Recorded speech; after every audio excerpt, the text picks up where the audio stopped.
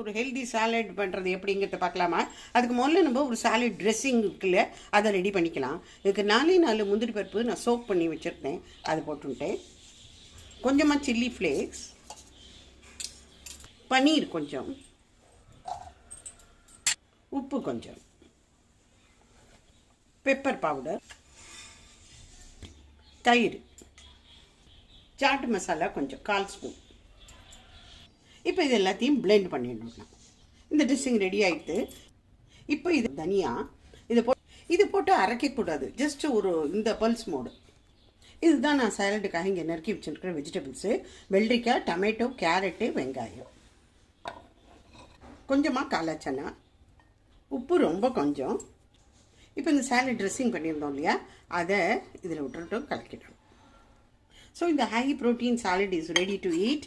பாருங்கள்.